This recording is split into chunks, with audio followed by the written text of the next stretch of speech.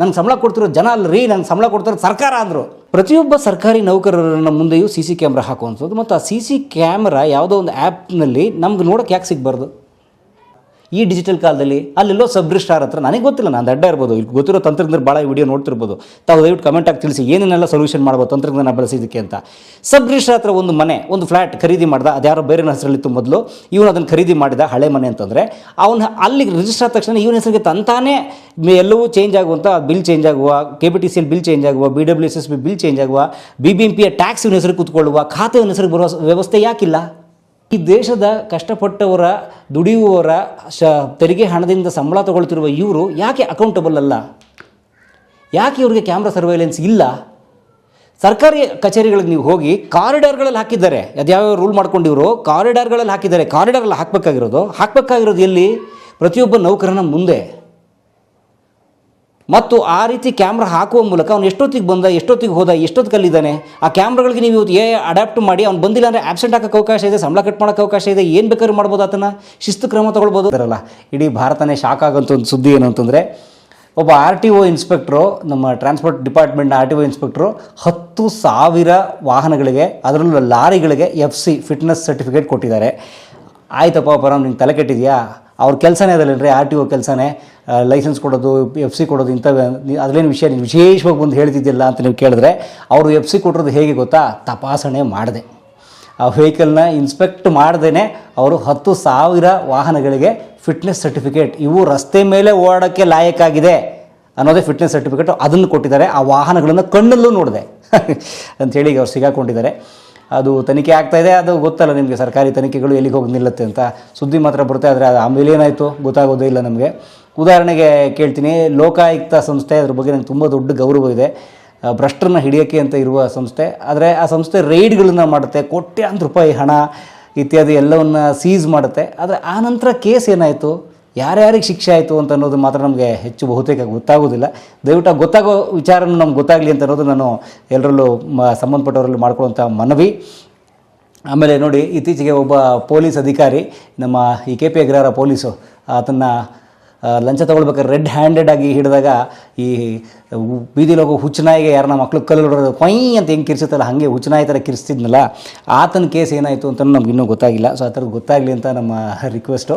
ಅಂದರೆ ಸರ್ಕಾರಿ ಇಲಾಖೆಯಲ್ಲಿ ಏನಾಗ್ತಿದೆ ಅದು ಕೂಡ ಗೊತ್ತಾಗಲಿ, ಅವ್ರನ್ನ ಬಂಧಿಸಿದಾಗ, ರೈಡ್ ಆದಾಗ ಅಂತ. ಸೊ ಎನಿವೆ, ಆದರೆ ಆ ವಿಚಾರ ಇಟ್ಕೊಂಡು ನಾನು ಮಾತಾಡಬೇಕಾಗಿರೋದು ಬಹಳ ಮುಖ್ಯವಾಗಿ ಏನು ಅಂತಂದರೆ, ಸರ್ಕಾರಿ ನೌಕರರ ಬಗ್ಗೆ, ಸರ್ಕಾರಿ ನೌಕರಿ ಬಗ್ಗೆ ಎರಡನ್ನೂ ನಾನು ಮಾತಾಡಬೇಕು. ಯಾಕಂದರೆ ಜನಸಾಮಾನ್ಯರು ಭಾರತದಲ್ಲಿ ಬಹುತೇಕ ದೂರು ಸಲ್ಲಿಸ್ತಿರುವಂಥದ್ದು, ಕಂಪ್ಲೇಂಟ್ ಮಾಡ್ತಿರೋದು ಮತ್ತು ಮಾತಾಡುವಂಥ ವಿಚಾರ ಮತ್ತು ತುಂಬ ನೋವಲ್ಲಿ ವಿಷಯ ತೋಡ್ಕೊಳ್ಳುವಂಥದ್ದು, ತುಂಬ ನೊಂದಿರೋ ವಿಚಾರ ಯಾವುದು ಅಂತಂದರೆ, ಸರ್ಕಾರಿ ಇಲಾಖೆಗಳಲ್ಲಿ ಇರುವಂತಹ ಬ್ರಹ್ಮಾಂಡ ಭ್ರಷ್ಟಾಚಾರ, ಭ್ರಷ್ಟಾಚಾರ ಭ್ರಷ್ಟಾಚಾರ ಭ್ರಷ್ಟಾಚಾರ, ಲಂಚ. ಅದೇನಾಗಿದೆಯೋ ಗೊತ್ತಿಲ್ಲ, ಈ ದೇಶಕ್ಕೆ ದೊಡ್ಡ ಶಾಪ ಅದು, ಲಂಚ ಭ್ರಷ್ಟಾಚಾರ ಅಂತ ಅನ್ನೋದು. RTO ಲಂಚ, BBMP ಕೆಲಸ ಬೇಕಾ ಲಂಚ, ಪೊಲೀಸ್ ಹೆಂಗೆ ಹೇಳಿ ಬಾಯ್ಬಿಟ್ಟು ನಾನು, ಕಂದಾಯ ಇಲಾಖೆ, PWD ನಿಮಗೆ ಗೊತ್ತೇ ಇದೆ, ಅನೇಕ ಗುತ್ತಿಗೆದಾರರೇ ಆತ್ಮಹತ್ಯೆಗೆ ಶರಣಾಗ್ಬಿಟ್ರು. KPTCL ಕರೆಂಟ್ ಬೇಕು, ನೀರು ಬೇಕು, BWSSB ಎಲ್ಲ ಕಡೆ ಹೋದ್ರೂ ಲಂಚ, ಕೆಲಸನೇ ಆಗ್ತಾಯಿಲ್ಲ. ಬಹಳ ಕಡೆಗಳಲ್ಲಿ, ಬಹಳ ಇಲಾಖೆಗಳಲ್ಲಿರುವ ದೊಡ್ಡ ಸಮಸ್ಯೆ ಏನು ಅಂತಂದರೆ ಮಧ್ಯವರ್ತಿಗಳ ಹಾವಳಿ, ಮೀಡಿಯೇಟರ್ಸ್ಗಳ ಹಾವಳಿ. ಎಲ್ಲರೂ ಮೀಡಿಯೇಟರ್ಗಳ ಮಯ ಆಗಿದೆ. ಎಲ್ಲೋದ್ರೂ RTO ಹೋಯ್ತಾ ಅಲ್ಲೊಬ್ಬ ಬ್ರೋಕರು, ಅವನು ಬರ್ತಾನೆ, ಅವನು ಆ RTO ಆಫೀಸರ್ಗಿನ್ನ ಜೋರಾಗಿ ಬಿಹೇವ್ ಮಾಡ್ತಾನೆ, ಅವನು ತುಂಬ ದರ್ಪವಾಗಿ ಬಿಹೇವ್ ಮಾಡ್ತಾನೆ. ಈ ಥರ ಪ್ರತಿಯೊಂದು ಕಡೆಯೂ ಇದೆ. ಆದರೆ ಭಾಳ ಮುಖ್ಯವಾಗಿ ನಾನು ಕೇಳಬೇಕಾಗಿರೋ ಪ್ರಶ್ನೆ ಏನು ಅಂತಂದರೆ, ಇವೆಲ್ಲವನ್ನು ಈ ಸರ್ಕಾರಿ ಇಲಾಖೆಯ ಕೆಲಸಗಳನ್ನು ಈ ತಂತ್ರಜ್ಞಾನದ ಯುಗದಲ್ಲಿ, ಡಿಜಿಟಲ್ ಕಾಲದಲ್ಲಿ, AI ಕಾಲದಲ್ಲಿ, ಅಂತರ್ಜಾಲದ ಕ್ರಾಂತಿ ಆಗ್ತಿರುವಂತಹ ಈ ಕಾಲದಲ್ಲಿ ಇವೆಲ್ಲವನ್ನು ಇನ್ನೂ ಸರಳವಾಗಿ, ಸುಸೂತ್ರವಾಗಿ, ಜನಸಾಮಾನ್ಯರ ಫ್ರೆಂಡ್ಲಿಯಾಗಿ, ಪಬ್ಲಿಕ್ ಫ್ರೆಂಡ್ಲಿಯಾಗಿ, ಪೀಪಲ್ ಫ್ರೆಂಡ್ಲಿಯಾಗಿ ಮಾಡೋಕ್ಕೆ ಸಾಧ್ಯ ಇಲ್ವಾ, ಅಥವಾ ಮಾಡುವ ಮನಸ್ಸಿಲ್ವಾ ಅನ್ನೋದು ನನಗಿರೋಂಥ ಮೂಲಭೂತವಾದಂಥ ಪ್ರಶ್ನೆ. ಯಾಕಂದರೆ ನೀವು ಒಂದು ಉದಾಹರಣೆ ಹೇಳ್ತೀರಿ ಕೇಳಿ, ಬಹಳ ಸರಳವಾದ ಉದಾಹರಣೆ, ನಿಮ್ಮಲ್ಲಿ ಅನೇಕರು ಇದನ್ನು ಅನುಭವಿಸಿರ್ತೀರಿ. ನೀವು ಒಂದು ಮನೆಯನ್ನು ಖರೀದಿ ಮಾಡ್ತೀರಿ, ಅಥವಾ ಒಂದು ಫ್ಲ್ಯಾಟ್ ಖರೀದಿ ಮಾಡ್ತೀರಿ, ಅಥವಾ ನೀವು ಒಂದು ಯಾವುದೋ ಕೃಷಿ ಭೂಮಿನ ಖರೀದಿ ಮಾಡ್ತೀರಿ. ಏನೋ ನಿಮ್ಮ ಬಹಳ ಕಷ್ಟಪಟ್ಟ ಹಣ, ಕೂಡಿಟ್ಟ ಹಣವನ್ನು ಇಟ್ಟುಕೊಂಡು ಯಾವುದೋ ಒಂದು ಆಸ್ತಿಯನ್ನು ಖರೀದಿ ಮಾಡ್ತೀರಿ. ಮನೆಗೆ ಉದಾಹರಣೆ ತಗೊಳ್ಳೋಣಂತೆ. ಒಂದು ಮನೆಯನ್ನು ತಗೊಂಡಾಗ ಅದನ್ನು ರಿಜಿಸ್ಟರ್ ಮಾಡೋರು ಯಾರು? Sub registrar, ಉಪನೋಂದಣಾಧಿಕಾರಿ. ಸಬ್ ರಿಜಿಸ್ಟ್ರಾರ್ ಅದನ್ನು ನೋಂದಣಿ ಮಾಡ್ತಾನೆ. ಆದರೆ ಸಬ್ ರಿಜಿಸ್ಟ್ರಾರ್ ಹತ್ರ ನೋಂದಣಿ ಮಾಡಿ ತಗೊಂಡ ಮೇಲೆ ಅದಕ್ಕೆ ಸಂಬಂಧಪಟ್ಟಂಥ ಖಾತೆ, ಅದು ಬೇಕಾದಂಥ ಬೇರೆ ಬೇರೆ ದಾಖಲೆಗಳನ್ನು ಮಾಡಿಸ್ಕೊಳ್ಳೋಕ್ಕೆ ಇನ್ನೊಂದು ಇಲಾಖೆಗೆ ಹೋಗಬೇಕು. ಅದು ನನಗೆ ಸಂಬಂಧಪಟ್ಟಿಲ್ಲ ಅಂತ ಸಬ್ ರಿಜಿಸ್ಟ್ರಾರ್ ಆಫೀಸ್ ಹೇಳುತ್ತೆ. ಅಲ್ಲಿಗೆ ಬಂದಾಗ ಮತ್ತೆ ಹೊಸದಾಗಿ ಅಪ್ಲಿಕೇಶನ್ ಹಾಕುವ, ಅದು ಸಂಬಂಧಪಟ್ಟಂಥ ಮತ್ತೊಂದು ದಾಖಲೆಗಳನ್ನು ಒದಗಿಸುವ ಕೆಲಸ ಶುರು ಆಗುತ್ತೆ. ಅದಕ್ಕೊಂದಷ್ಟು ಸಮಯ ಹೋಗುತ್ತೆ, ಅಲ್ಲೊಂದಷ್ಟು ವರ್ಕೌಟ್ ಆಗಿಬಿಡುತ್ತೆ ಅವ್ರಿಗೆ. ಗೊತ್ತಾಗ್ತಿದೆಯಾ ನಿಮಗೆ? ಸೊ ಅಲ್ಲಾಯಿತು. ಆಮೇಲೆ ಆ ಮನೆ ತಗೊಂಡ ಮೇಲೆ ನೀವು ಅದಕ್ಕೆ ನಿಮ್ಮ ಬೇರೆಯವರ ಹೆಸರಿನಲ್ಲಿರುವಂತಹ ಕರೆಂಟ್ ಬಿಲ್ಲು, ಅಂದರೆ ಎಲೆಕ್ಟ್ರಿಸಿಟಿ ಬಿಲ್ಲು ನಿಮ್ಮ ಹೆಸರಿಗೆ ಟ್ರಾನ್ಸ್ಫರ್ ಆಗಬೇಕು ಅಂತಂದರೆ ಮತ್ತೆ ಆ ಸಂಬಂಧಪಟ್ಟಂತಹ ಎಲೆಕ್ಟ್ರಿಸಿಟಿ ಡಿಪಾರ್ಟ್ಮೆಂಟ್ಗೆ, ಇಲಾಖೆಗೆ ನೀವು ಹೋಗಬೇಕು. ಅಲ್ಲೊಂದಷ್ಟು ವರ್ಕೌಟ್ ಆಗುತ್ತೆ. ಅದಾದಮೇಲೆ ನೀರು ಅಂದರೆ BWSSB ಕನೆಕ್ಷನ್ನು ಆ ಹಳೆ ಮಾಲೀಕನ ಹೆಸರಲ್ಲಿರುತ್ತೆ. ಆತನ ಹೆಸರಿಂದ ಹೊಸ ಮಾಲೀಕ ಅಂದರೆ ಖರೀದಿದಾರನ ಹೆಸರಿಗೆ ಬರಬೇಕು ಅಂದರೆ ಮತ್ತೆ BW ಆಫೀಸ್ಗಳಿಗೆ, ಅವ್ರ ಬ್ರೋಕರ್ಗಳ ಹತ್ರ ಎಲ್ಲ ಓಡಬೇಕು. ಅಲ್ಲೊಂದಷ್ಟು ವರ್ಕೌಟ್ ಆಗುತ್ತೆ. ಎಲ್ಲಿಂದ ಎಲ್ಲಿಗೆ ಬಂತು ಅಲ್ವೇ? ನೋಡಿ, ಸಬ್ ರಿಜಿಸ್ಟ್ರಾರು ಒಬ್ಬ ಸರ್ಕಾರಿ ನೌಕರ, KPTCL, BWSSB, ಕಂದಾಯ ಇಲಾಖೆ, BBMP ತೆರಿಗೆ, ಎಲ್ಲವೂ ಸರ್ಕಾರದ ತಾನೆ, ಎಲ್ಲರೂ ಸರ್ಕಾರಿ ನೌಕರರು ತಾನೆ, ಅಥವಾ ಸರ್ಕಾರಿ ಕಾರ್ಪೊರೇಷನ್ಗಳು ತಾನೆ. ಒಂದು ಸಲ ಒಂದು ಮನೆ, ಒಂದು ಫ್ಲ್ಯಾಟು ಒಬ್ಬ ಖರೀದಿ ಮಾಡಿದರು ಅಂತಂದರೆ ಅದು ಸಬ್ ರಿಜಿಸ್ಟ್ರಾರ್ ನೋಂದಣಿ ಆದ ಕೂಡಲೇ ತಂತಾನೇ ಪ್ರಾಸೆಸ್ ಆಗಿ ಆ ಎಲ್ಲವನ್ನು KPTCL ಹೆಸರು ಬದಲಾಗುವಂಥದ್ದು, BWSS ಹೆಸರು ಬದಲಾಗುವಂಥದ್ದು, ಅದನ್ನ ಹೆಸರು ಖಾತೆ ಬಂದು ಕೂತ್ಕೊಳ್ಳುವಂಥದ್ದು, ಅಥವಾ BBMP ತೆರಿಗೆಗೆ ಸಂಬಂಧಪಟ್ಟಂತಹ ಈ ಟ್ಯಾಕ್ಸಸ್ ಏನಿದೆ ಅಲ್ಲಿ ಯಾಕೆ ಚೇಂಜ್ ಆಗ್ತಿಲ್ಲ? ಎಲ್ಲದಕ್ಕೂ ಒಬ್ಬ ವ್ಯಕ್ತಿ ಅಥವಾ ಮಾಲೀಕ ಅಥವಾ ಖರೀದಿದಾರ ಯಾಕೆ ತನ್ನ ಅಮೂಲ್ಯ ಸಮಯವನ್ನು ಖರ್ಚು ಮಾಡಿಕೊಂಡು ಸಬ್ ರಿಜಿಸ್ಟ್ರಾರ್ ರಿಜಿಸ್ಟರ್ ಮಾಡಿಸ್ಕೊಂಡು ಆಮೇಲೆ ಬಂದು ಆತನ ಹೆಸರಿಗೆ ಖಾತೆ ಗೀತೆ ಟ್ರಾನ್ಸ್ಫರ್ ಮಾಡಿಸ್ಕೊಂಡು ಆಮೇಲೆ KPTCLಗೆ ಹೋಗಿ ಆತ ತನ್ನ ಹೆಸರಿಗೆ KEB ಬಿಲ್ ಚೇಂಜ್ ಮಾಡಿಸ್ಕೊಂಡು BWSSಗೆ ಬಂದು ಅಲ್ಲಿ ಬಿಲ್ ಚೇಂಜ್ ಮಾಡಿಸ್ಕೊಂಡು ಯಾಕೆ ಈ ನಾಟಕ? ಇದು ನನ್ನ ಮೂಲಭೂತವಾದಂಥ ಪ್ರಶ್ನೆ. ಒಂದು ಉದಾಹರಣೆ ಅಷ್ಟೇ, ಇದು it's A very small example. ಹೇಗೆ ನಡೆಯುತ್ತೆ ಸರ್ಕಾರಿ ವ್ಯವಹಾರಗಳು ಅಂತ ಕೇಳಲಿಕ್ಕೆ ಅಂತ ಹೋದರೆ ನಾನು ಕೇಳಿಬಿಟ್ಟಿದ್ದೀನಿ ಒಬ್ಬ ಸಬ್ ರಿಜಿಸ್ಟ್ರಾರ್ಗೆ, ಯಾಕೆ ಸರ್ ಹೀಗೆ? ಅದು ನಮ್ಮ ಇಲಾಖೆ ಅಲ್ಲ ಸರ್, ಕಂದಾಯ ಇಲಾಖೆ ನಮ್ಮದು, ನಮ್ಮ ಸಬ್ ರಿಜಿಸ್ಟ್ರಾರ್ ಬೇರೆ, ಆಮೇಲೆ ನೀವು ಅದು ಬೇರೆ ಸರ್, ಇದು ಬೇರೆ. ಆದರೆ ಎಲ್ಲರೂ ಸೇರಿ ಸರ್ಕಾರ ಅಲ್ವಾ? ಎಲ್ರಿಗೂ ಹೋಗ್ತಿರೋದೇ ಈ ದೇಶದ, ಈ ನಾಡಿನ ಕಷ್ಟಪಟ್ಟು ದುಡಿದ ಒಬ್ಬ ದುಡಿಮೆದಾರನ ತೆರಿಗೆಯ ಹಣದ ಮೂಲಕವೇ ಸಂಬಳ ಹೋಗ್ತಿರೋದಲ್ವ? ಹಾಗಿದ್ದ ಮೇಲೆ ಅದನ್ನು ಬಹಳ ಸರಳವಾಗಿ ಸಿಂಪ್ಲಿಫೈಡ್ ಆಗಿ ಯಾಕೆ ಮಾಡೋಕ್ಕಾಗಲ್ಲ ಈ ಡಿಜಿಟಲ್ ಕಾಲದಲ್ಲಿ? ಅಲ್ಲೆಲ್ಲೋ ಸಬ್ ರಿಜಿಸ್ಟ್ರಾರ್ ಹತ್ರ, ನನಗೆ ಗೊತ್ತಿಲ್ಲ, ನಾನು ಅಡ್ಡ ಇರ್ಬೋದು, ಇಲ್ಲಿ ಗೊತ್ತಿರೋ ತಂತ್ರಜ್ಞರು ಭಾಳ ವಿಡಿಯೋ ನೋಡ್ತಿರ್ಬೋದು, ತಾವು ದಯವಿಟ್ಟು ಕಮೆಂಟ್ ಆಗಿ ತಿಳಿಸಿ ಏನೇನೆಲ್ಲ ಸೊಲ್ಯೂಷನ್ ಮಾಡ್ಬೋದು ತಂತ್ರಜ್ಞಾನ ಬಳಸಿದ್ದಕ್ಕೆ ಅಂತ. ಸಬ್ ರಿಜಿಸ್ಟ್ರಾರ್ ಹತ್ರ ಒಂದು ಮನೆ, ಒಂದು ಫ್ಲ್ಯಾಟ್ ಖರೀದಿ ಮಾಡ್ದ, ಅದು ಯಾರೋ ಬೇರೆ ಹೆಸರಲ್ಲಿತ್ತು ಮೊದಲು, ಇವನು ಅದನ್ನು ಖರೀದಿ ಮಾಡಿದ ಹಳೆ ಮನೆ ಅಂತಂದರೆ ಅವನು ಅಲ್ಲಿಗೆ ರಿಜಿಸ್ಟರ್ ಆದ ತಕ್ಷಣ ಇವನ ಹೆಸರಿಗೆ ತಂತಾನೇ ಎಲ್ಲವೂ ಚೇಂಜ್ ಆಗುವಂಥ ಬಿಲ್ ಚೇಂಜ್ ಆಗುವ, KPTCL ಬಿಲ್ ಚೇಂಜ್ ಆಗುವ, BWSSB ಬಿಲ್ ಚೇಂಜ್ ಆಗುವ, BBMPಯ ಟ್ಯಾಕ್ಸ್ ಇವನ ಹೆಸರಿಗೆ ಕೂತ್ಕೊಳ್ಳುವ, ಖಾತೆ ಇವನ ಹೆಸರಿಗೆ ಬರುವ ವ್ಯವಸ್ಥೆ ಯಾಕಿಲ್ಲ? ಇದು ನನ್ನ ಮೂಲಭೂತ ಪ್ರಶ್ನೆ. ಮೊಟ್ಟ ಮೊದಲನೇದು, ಈ ಥರ ಭಾಳ ಇಲಾಖೆಗಳಲ್ಲಿದೆ. ನೀವು ಒಂದು DLನ ನಿಮ್ಮ ಹಣೆ ಬರಹ ಕೆಟ್ಟು, ನಿಮ್ಮ ಹಣೆ ಬರಹ ಏನಾದರೂ ಕೆಟ್ಟು ನೀವೇನಾದರೂ ನಿಮ್ಮ ಚಾಲನಾ ಪರವಾನಗಿ ಡ್ರೈವಿಂಗ್ ಲೈಸೆನ್ಸ್ನ ಮಾಡಿಸೋದಕ್ಕೇನಾದರೂ ನೀವು ಅಪ್ಪಿ ನಾನು ಬ್ರೋಕರ್ ಹತ್ರ ಹೋಗಲ್ಲ, ನನಗೆ ಸ್ವತಂತ್ರ ಬಂದು 1947ನಲ್ಲಿ ಈ ದೇಶಕ್ಕೆ ಸ್ವತಂತ್ರ ಬಂತು, ನಾನು RTO ಆಫೀಸಿಗೆ ಹೋಗಿ ನೇರ ನಾನು ಮಾಡಿಸ್ಕೊತೀನಿ ಅಂತ ಏನಾದ್ರು ಹೊಟ್ಬಿಟ್ರೆ ಮುಗೀತು ನಿಮ್ಮ ಕತೆ. ಒಂದು ಸಲ ಟ್ರೈ ಮಾಡಿ. ಮಧ್ಯವರ್ತಿಯ, ಬ್ರೋಕರ್, ದಲ್ಲಾಳಿಯ ಹಾವಳಿ ಇಲ್ಲದೆ RTOದಲ್ಲಿ ನಿಮ್ಮ ಕೆಲಸ ಮಾಡಿಸ್ಕೊಂಡು ಪ್ರಯತ್ನ ಪಡಿ ನೋಡೋಣ. KPTCL ಒಬ್ಬ ಯಾರೋ ಮಧ್ಯವರ್ತಿಯ ಹಾವಳಿ ಇಲ್ಲದೆ ನಿಮ್ಮ ಬಿಲ್ಗಳನ್ನು, ಎಲೆಕ್ಟ್ರಿಸಿಟಿ ಕನೆಕ್ಷನ್ ತೊಗೊಂಬಿಡಿ ನೋಡೋಣ. BWSSB ಮನೆಗೆ ವಾಟರ್ ಹಾಕ್ಸ್ಕೊಂಬಿಡಿ ನೋಡೋಣ. ಯಾಕೆ ಈ ವ್ಯವಸ್ಥೆ? ಇದು ಬಹಳ ಮುಖ್ಯವಾಗಿ ನಿಮ್ಮಲ್ಲಿ ಕೇಳಬೇಕಾದಂಥದ್ದು ಒಂದು. ಇನ್ನೊಂದು ಬಹಳ ಮುಖ್ಯವಾಗಿ, ಮೊನ್ನೆ ನಾನು ಒಂದು ಸುದ್ದಿ ಓದಿದೆ. ಬೆಂಗಳೂರಿನ ಧರ್ಮರಾಯ ಸ್ವಾಮಿ ದೇವಸ್ಥಾನ, ನೀವು ಗಮನಿಸಿರ್ಬೇಕು, ಧರ್ಮರಾಯ ಸ್ವಾಮಿ ದೇವಸ್ಥಾನ ಎಷ್ಟು ದ್ರೌಪದಮ್ಮ ಧರ್ಮರಾಯ ಸ್ವಾಮಿ ಅಂತ ಇದು ಕರಗ, ಅದು ವಿಶ್ವಪ್ರಸಿದ್ಧ. ಅವರಲ್ಲಿ ಯಾವುದೋ ಒಂದು ಬಿಲ್ ಕ್ಲಿಯರ್ ಆಗೋ ಒಂದು ಇಶ್ಯೂ ಇತ್ತಂತೆ, ಅದು ಕರಗದ ಸಂಬಂಧಪಟ್ಟಂಥದ್ದು. ಅದನ್ನು ಕೇಳಕ್ಕೆ ಹೋಗಿದ್ದಕ್ಕೆ ಅಂದರೆ ಕರಗದೇನೋ ಬಿಲ್ ಕೊಡಬೇಕು ಅಂತ ಸರ್ಕಾರದಲ್ಲಿ ಕೇಳಕ್ಕೆ ಹೋಗಿದ್ದಕ್ಕೆ ಆ ಸರ್ಕಾರಿ ಗುಮಾಸ್ತ ಅವ್ರ ಹತ್ರ 2 ಲಕ್ಷ ರೂಪಾಯಿನೋ ಲಂಚ ಕೇಳಿದ್ದಂತೆ. ಅವ್ರು ಬಂದು ಅದನ್ನು ದೂರು ಮಾಡಿದ್ರು, ಅದನ್ನು ಸುದ್ದಿ ಮಾಡಿದರು, ನಮ್ಗೆ ಲಂಚ ಕೇಳ್ತಾರೆ ನಮ್ಮ ದುಡ್ಡು ಕೊಡೋಕ್ಕೆ ಅಂತ. ಅದಕ್ಕೆ ಆ ಸರ್ಕಾರಿ ನೌಕರ ಕೊಟ್ಟದ ಕಾರಣ ಏನು ಅಂದರೆ, ಇವರು ಸುಳ್ಳು ದೂರು ಕೊಡ್ತಿದ್ದಾರೆ, ಇದಕ್ಕೆ ಸಾಕ್ಷಿ ಏನು ಅಂತ ಅನ್ನೋ ಮೊಟ್ಟ ಮೊದಲನೇ ಪ್ರಶ್ನೆ ಕೇಳ್ಬಿಟ್ಟ. ನನಗೂ ಅದು ಸರಿ ಅನ್ನಿಸ್ತು. ಯಾಕಂದರೆ ಸಾಕ್ಷಿ ಇಲ್ಲಿದೆ ಇವ್ರ ಹತ್ರ, ಏನೇನಿದೆ ಪ್ರೂಫ್ ನಿಮ್ಮ ಹತ್ರ? ಅದಕ್ಕೆ ನಾನು ಯೋಚನೆ ಮಾಡಿದ್ದೇನು ಅಂತಂದರೆ, ನನ್ನ ಅನಿಸಿಕೆ ಸುಧಾರಣೆ ಹೇಗಾಗಬೇಕು ಅಂತ. ಈಗ ನೀವು ಗಮನಿಸ್ತೀರಿ, ಯಾವುದೋ ಒಂದು ಮಾಲು, ಮಾರ್ಕೆಟು ಎಲ್ಲೋ ಒಂದು ಹೋದರೆ ಓನರ್ ಇರೋದಿಲ್ಲ ಅದನ್ನು ಹ್ಯಾಂಡ್ಲ್ ಮಾಡೋಕ್ಕೆ. ಕ್ಯಾಶಲ್ಲಿ ಯಾರೋ ಸ್ಟಾಫ್ನ ಹಾಕಿರ್ತಾನೆ. ಸೊ ಕ್ಯಾಶ್ ಹತ್ರ ಏನು ಮಾಡ್ತಾನೆ ಆತ, ಓನರ್ ಮಾಲೀಕ, ಒಂದು CC ಕ್ಯಾಮ್ರಾ ಹಾಕಿರ್ತಾನೆ. ಸೊ ಇಲ್ಲಿ ನಡೆಯುವ ಪ್ರತಿ ಟ್ರಾನ್ಸಾಕ್ಷನ್, ಹಣದ ವ್ಯವಹಾರ ಪ್ರತಿಯೊಂದು A to Z, ಅಂದರೆ ಈ ವ್ಯಕ್ತಿ ಮಾಡ್ತಿರುವ ಕೆಲಸ, it is captured under CC camera, he is under surveillance. So ಸರ್ಕಾರಿ ನೌಕರರಿಗೆ, ಈ ದೇಶದ ತೆರಿಗೆದಾರರ, ದುಡಿಯುವವರ, ಈ ದೇಶದ ಪ್ರತಿಯೊಬ್ಬನು ತೆರಿಗೆ ಕಟ್ತಿದ್ದಾನೆ. ನಾನು ಹೇಳ್ತಿರೋದು, ಈ ದೇಶದಲ್ಲಿ ಹುಟ್ಟಿದಾಗ ನೀವು ತೆರಿಗೆ ಕಟ್ತಿದ್ದೀರಿ. ಅದು ನೇರವಾಗಿ ಇನ್ಕಮ್ ಟ್ಯಾಕ್ಸೇ ಫೈಲ್ ಮಾಡ್ತಿರಲ್ಲೋ ನನಗೆ ಗೊತ್ತಿಲ್ಲ. ಆದರೆ ನೀವು ಹೋಗಿ ನಿಮ್ಮ ಮಗುವಿಗೆ ಒಂದು ಸಣ್ಣ ಚಾಕ್ಲೇಟ್ ತೊಗೊಂಡ್ರೂ ಕೂಡ ಅದ್ರಲ್ಲಿ ತೆರಿಗೆ ಇದೆ. ದಟ್ ಮೀನ್ಸ್ ಈ ದೇಶದಲ್ಲಿ ಹುಟ್ಟಿದರೆ ಅವರೆಲ್ಲರೂ ತೆರಿಗೆ ಪಾವತಿದಾರರೇ ಈ ದೇಶಕ್ಕೆ.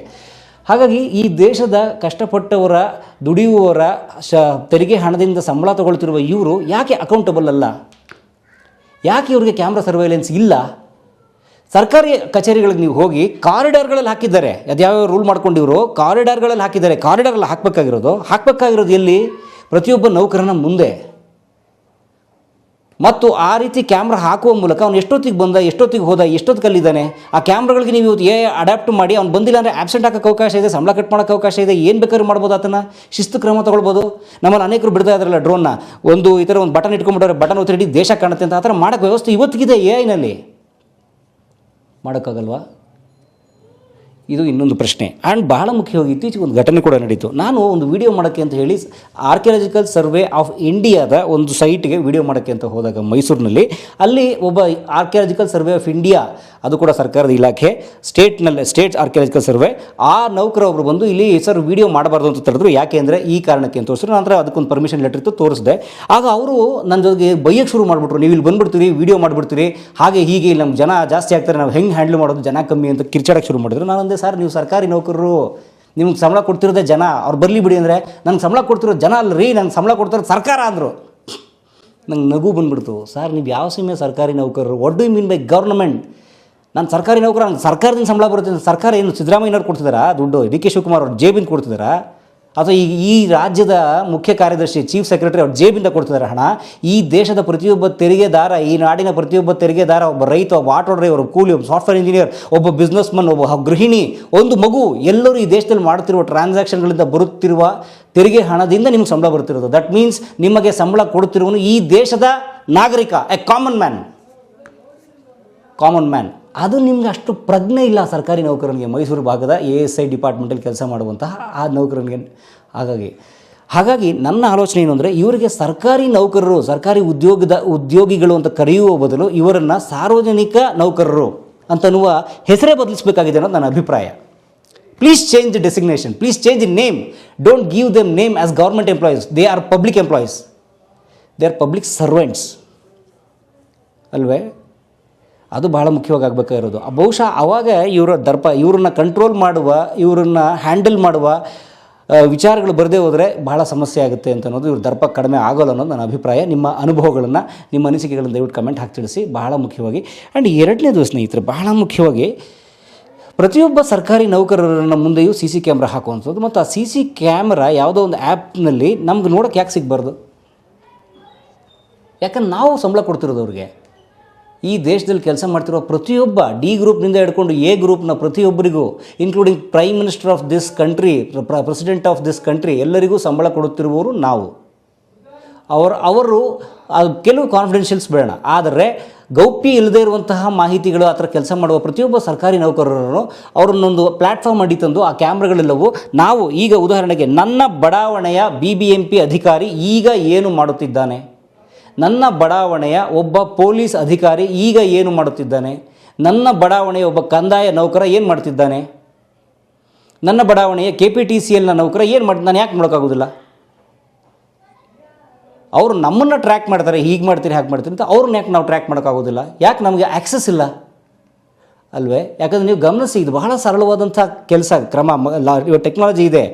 ಬೆಂಗಳೂರಿನ ಬಹುತೇಕ ಟ್ರಾಫಿಕ್ ಸಿಗ್ನಲ್ಗಳು ಇವತ್ತು ಕ್ಯಾಮ್ರಾ, ಬಹುತೇಕ ಕಡೆ ಇವತ್ತು AI ಕ್ಯಾಮ್ರಾ ಕೂಡ ಇದೆ. ಕ್ಯಾಮ್ರಾ ಹಾಕಿ ಇವತ್ತು ಪೊಲೀಸ್ ಕಂಟ್ರೋಲ್ ರೂಮ್ ಇದೆ, ಆ ಪೊಲೀಸ್ ಕಂಟ್ರೋಲ್ ರೂಮಿಗೆ ಬರುತ್ತೆ, ಅಲ್ಲಿ ಕುತ್ಕೊಂಡು ಕಂಟ್ರೋಲ್ ಮಾಡ್ತಿರ್ತಾರೆ.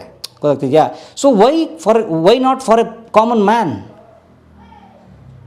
ಇದು ಬಹಳ ಮುಖ್ಯವಾದಂಥ ಪ್ರಶ್ನೆ ನಾನು ಕೇಳಬೇಕಾಗಿರೋಂಥದ್ದು. ನಿಮ್ಮ ಅನಿಸಿಕೆಗಳನ್ನು ಹಾಕಿ. ಸೊ ಅಕೌಂಟಬಿಲಿಟಿ ಆ್ಯಂಡ್ ಆ ವಿಡಿಯೋಗಳು ಸಿಗುವಂಥದ್ದು, ಡಿಜಿಟಲ್ ಬಳಸ್ಕೊಳ್ಳುವಂಥದ್ದು, ಸರ್ಕಾರಿ ನೌಕರರ ಡೆಸಿಗ್ನೇಷನ್ ಚೇಂಜ್ ಮಾಡುವಂಥದ್ದು, ಸರ್ಕಾರಿ ನೌಕರಲ್ಲ ಸಾರ್ವಜನಿಕ ನೌಕರರು. ಮತ್ತು ಅವರಿಗೆ ಬಹಳ ಮುಖ್ಯವಾಗಿ ತರಬೇತಿ ಕೊಡಿ. ದಯವಿಟ್ಟು ಸರ್ಕಾರದ ಇಲಾಖೆಗಳೇ, ದಯವಿಟ್ಟು ನಿಮ್ಮ ನೌಕರರಿಗೆ ನೀವು ತರಬೇತಿ ಕೊಡಿ. ಅವರಿಗೆ ದುಡ್ಡು ಕೊಡ್ತಿರೋದು ಪಬ್ಲಿಕ್, ಸಾರ್ವಜನಿಕ, ಈ ದೇಶದ ನಾಗರಿಕ. ಅವನು ಸರ್ಕಾರದಿಂದ ಸಂಬಳ ಬರ್ತಿಲ್ಲ. ಆ್ಯಂಡ್ ಸರ್ಕಾರ ಅಂದ್ರೇ ಜನ. ಡೆಮಾಕ್ರಸಿಯಲ್ಲಿ ಸರ್ಕಾರ ಅಂದ್ರೇ ಜನ. ಸರ್ಕಾರ ಅನ್ನೋದು ಸೆಪರೇಟ್ ಇಲ್ಲ, ಜನ ಅನ್ನೋದು ಸೆಪರೇಟ್ ಇಲ್ಲ. ಮೂಲಭೂತವಾದ ಪಾಠಗಳನ್ನು ನಾವು 4ನೇ ಕ್ಲಾಸಲ್ಲಿ ಓದಿದ ಪಾಠಗಳು ಮತ್ತೆ ವಾಪಸ್ ಹೇಳಿ ಅವರಿಗೆ. ಇದು ನನ್ನ ಬಹಳ ಮುಖ್ಯವಾದಂಥ ವಿಚಾರಗಳು ಇರುವಂಥದ್ದು ಸ್ನೇಹಿತರೆ. ಇಲ್ಲೇ ಹೋದರೆ ಇವರು ದರ್ಪ ದೌರ್ಜನ್ಯಗಳು ಅತಿಯಾಗ್ತವೆ ಅನ್ನೋದು ನನ್ನ ಬಹಳ ಮುಖ್ಯವಾದ ಅನಿಸಿಕೆ. ಹಾಗಾಗಿ ನಾನು ಮೊಟ್ಟ ಮೊದಲೇ ಈ ವಿಡಿಯೋ ಶುರು ಮಾಡೋಕ್ಕೆ ಮೊದಲೇ ಎತ್ಕೊಂಡಿದ್ದು ಈ ವಿಡಿಯೋ ಪ್ರಾಮಾಣಿಕ ನೌಕರರಿಗಲ್ಲ. ನಿಮಗೆ ಬೇಸರ ಆಗಿದ್ರೆ ಈ ವಿಡಿಯೋ ನಿಮ್ಗೆ ಅಲ್ವೇ ಅಲ್ಲ. ಎನಿವೆ ನೋಡಿ, ಒಬ್ಬ ಆರ್ ಟಿ ಒ ಬಂದು ಕೂತ್ಕೊಂಡು ಅವನ ಸೀಟಲ್ಲಿ 10,000 ಗಾಡಿಗಳಿಗೆ ತಾನು ಆ ಗಾಡಿಗಳನ್ನು ನೋಡ್ದೇ FC ಮಾಡ್ತಾನೆ ಅಂದರೆ ಈ ದೇಶದ ಎಂಥ ದೊಡ್ಡ ಕ್ರೈಮು. ಅವನು ಯಾರೋ ಒಬ್ಬ ಅವನಿರಲಿ KP ಅಗ್ರಹಾರ ಪೊಲೀಸ್, ನೀವೆಲ್ಲರೂ ವೀಡಿಯೋ ನೋಡಿದ್ರಿ, ಹಾಡು ಹಗಲೇ ಪೊಲೀಸ್ ಗ್ರೌಂಡ್ಸಲ್ಲೇ ಲಂಚ ತೊಗೊಳಕ್ಕೆ ಬರ್ತಾನೆ. ಎಂಥ ದೊಡ್ಡ ಕ್ರೈಮ್. ಇದಕ್ಕೆಲ್ಲ ಕೇಳಿದ್ರೆ ಇವ್ರು ಹೇಳೋದು ಏನು ಗೊತ್ತಾ, ಸಾರ್ ನಮ್ಮ ಮೇಲ್ಗಡೆ ಪೊಲಿಟಿಷಿಯನ್ಸ್ ಇರ್ತಾರೆ ಸಾರ್ ಅಂತ. ಪೊಲಿಟಿಷಿಯನ್ಸ್ ಇರ್ತಾರೆ, ಅವ್ರು ನಮ್ಮನ್ನ ಇದು ಮಾಡ್ತಾರೆ ಸಾರ್, ನಾವು ಲಂಚ ತೊಗೊಂಡವ್ರಿಗೆ ಮಾಮೂಲಿ ಇಷ್ಟಿಷ್ಟು ಕೊಡಬೇಕಾಗುತ್ತೆ, ಇಲ್ಲ ಅಂತಂದರೆ ಅವ್ರು ನಮ್ಮನ್ನ ಟ್ರಾನ್ಸ್ಫರ್ ಮಾಡಿಬಿಡ್ತಾರೆ ಸಾರ್. ಏನು ಸಾರ್, ಹೆಂಡ್ತಿರ್ತಾರೆ, ಮಕ್ಕಳಿರ್ತಾರೆ, ಓದಿಸ್ಬೇಕು, ಏನೋ ಕತೆ ಹೇಳ್ತಾರೆ. Do not come. ನಿಮಗೆ ಅಷ್ಟು ಇದಿತ್ತು ಅಂದರೆ ಬರಬೇಡಿ ಈ ಸರ್ಕಾರಿ ನೌಕರಿಗೆ. ದಟ್ ಮೀನ್ಸ್ ಇವತ್ತಿಂದ ನಾನು ಹೇಳೋದು ಸಾರ್ವಜನಿಕ ನೌಕರಿಗೆ.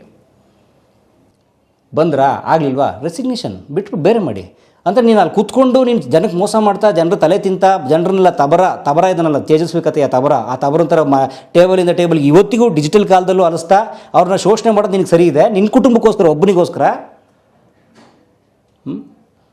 ಅದಕ್ಕೆ ಪೊಲಿಟಿಷಿಯನ್ಸ್ ವಿಚಾರಕ್ಕೆ ಬಂದಾಗ ನಾನು ಹೇಳೋದೇನು ಅಂತಂದರೆ, ಒಂದು ಭಾಳ ದೊಡ್ಡ ಸೇಯಿಂಗ್ ಇದೆ ಪೊಲಿಟಿಕಲ್ ಸೈನ್ಸಲ್ಲಿ. ಯಾವ ದೇಶ ಒಂದು ಡೆಮೋಕ್ರಸಿಯಲ್ಲಿ, ಒಂದು ಪ್ರಜಾಪ್ರಭುತ್ವದಲ್ಲಿ ಒಂದು ದೇಶ ಮತ್ತು ಆ ದೇಶದ ಜನಪ್ರತಿನಿಧಿಯನ್ನು ಪ್ರಶ್ನೆ ಕೇಳೋದನ್ನು ಬಿಟ್ಟು ಅವನನ್ನು ನಾಯಕ ಅಂತ ಹೇಳಿ ಆರಾಧಿಸ್ತಾರಲ್ಲ, ಆ ಪ್ರಜಾಪ್ರಭುತ್ವ ಬಹಳ ದೊಡ್ಡ ಅಪಾಯದಲ್ಲಿದೆ ಅನ್ನೋದು ಒಂದು ಭಾಳ ದೊಡ್ಡ ಸೇಯಿಂಗ್. ಅಂದರೆ a country and countrymen were elected people are not questioned, rather they are worshipped. ಹಂಗಾದಾಗ ಆ ದೇಶ ದೊಡ್ಡ ಸಮಸ್ಯೆಲಿದೆ ಅಂತ. ಡೆಮೋಕ್ರಸಿಯಲ್ಲಿ ಅವರೆಲ್ಲರೂ ನಾವು ನಮ್ಮ ಕೆಲಸಗಳಿಗೆ ಇಟ್ಕೊಂಡಿರುವಂಥ ಕೆಲಸಗಾರರು, ಇನ್ಕ್ಲೂಡಿಂಗ್ CM ಅಲ್ವೇ. ನಾನು ಅಲ್ಲಿ ಕೂತ್ಕೊಂಡು ಲಾ ಪಾಸ್ ಮಾಡೋಕ್ಕಾಗತ್ತಾ? ನನಗೆ ಕೆಲಸ ಇದೆ, ಐ ಆಮ್ ಯೂಟ್ಯೂಬರ್. ನೀವು ಒಬ್ಬ ಬಿಸ್ನೆಸ್ ಮನ್, ಇನ್ನೂ ಯಾರೋ ಡ್ರೈವರ್ಸ್ ಇರ್ತೀರಿ, ಅಥವಾ ಇನ್ಯಾರೋ ಒಬ್ಬರು ಡಾಕ್ಟರ್ ಇರ್ತೀರಿ, ಇನ್ನೊಬ್ರು ಇಂಜಿನಿಯರ್ ಇರ್ತೀರಿ, ಇನ್ನೊಬ್ಬರು ಟೀಚರ್ ಇರ್ತೀರಿ, ಇನ್ನೊಬ್ರು ಹೌಸ್ ಮೇಡ್ ಮನೆ ಕೆಲಸದವ್ರು ಇರ್ತೀರಿ, ಇನ್ನೊಬ್ರು ಸ್ಟೂಡೆಂಟ್ ಇರ್ತೀರಿ. ಎಲ್ರಿಗೂ ಅವ್ರವ್ರ ಕೆಲಸಗಳಿರ್ತವೆ. ನನಗೆ ಓಡಾಡೋಕ್ಕೆ ಸುಸೂತ್ರವಾದ ರಸ್ತೆ ಕೊಡಿ, ನನಗೆ ಕುಡಿಯೋಕ್ಕೆ ಒಳ್ಳೆ ನೀರು ಕೊಡಿ, ನನ್ನ ಮಕ್ಕಳಿಗೆ ಓದೋಕ್ಕೆ ಒಳ್ಳೆ ಎಜುಕೇಷನ್ ಕೊಡಿ, ನನಗೆ ಒಳ್ಳೆ ಹೆಲ್ತ್ ಮೇಂಟೈನ್ ಮಾಡೋಕ್ಕೆ ಆಸ್ಪತ್ರೆ ಕೊಡಿ, ನನಗೆ ಚೆನ್ನಾಗಿ ಊಟ ಮಾಡೋಕ್ಕೆ ಒಳ್ಳೆ ಕ್ವಾಲಿಟಿ ಫುಡ್ ಕೊಡಿ. ಇದನ್ನೆಲ್ಲ ಮಾಡೋಕ್ಕೆ ನಿಮ್ಮನ್ನ ಇಟ್ಟಿರೋದು. ನೀವು ಮಾತ್ರ ತಿಂದು ಕೊಬ್ಬೋದು, ನಾವು ಮಾತ್ರ ಬಡವರಾಗೋದಲ್ಲ. ಬಹಳ ಮುಖ್ಯವಾಗಿ ಯೋಚಿಸಿ, ದಯವಿಟ್ಟು ಇದ್ರ ಬಗ್ಗೆ ಸಂಬಂಧಪಟ್ಟವರೆಲ್ಲ ಗಮನ ಹರಿಸಲಿ. ಭಾಳ ಮುಖ್ಯವಾಗಿ ಇದು ಸಾರ್ವಜನಿಕ ವಲಯದಲ್ಲಿ ಚರ್ಚೆಗಳಾಗಲಿ. ಇದನ್ನು ನೋಡಿ ಹಾಗೆ ಇರಬೇಡಿ, ವಿಡಿಯೋಗಳನ್ನು ಶೇರ್ ಮಾಡಿ, ನಿಮ್ಮ ಮುಕ್ತ ಅನಿಸಿಕೆಗಳನ್ನು ಹಂಚ್ಕೊಳ್ಳಿ. ನನ್ನಿಂದ ತಪ್ಪಾಗಿದ್ದರೆ ಕ್ಷಮೆ ಕೂಡ ನಾನು ಮುಕ್ತವಾಗಿ ಕೇಳ್ತೀನಿ, ಏನು ಎರಡನೇ ಮಾತೇ ಇಲ್ಲ ಅಂತ ಕೇಳ್ಕೊತಾ, ಸರ್ಕಾರಿ ನೌಕರ ಅಲ್ಲ ಸಾರ್ವಜನಿಕ ನೌಕರ ನೀನು ಅನ್ನೋದನ್ನು ಭಾಳ ಮುಖ್ಯವಾಗಿ ಗಮನದಲ್ಲಿಟ್ಕೊ.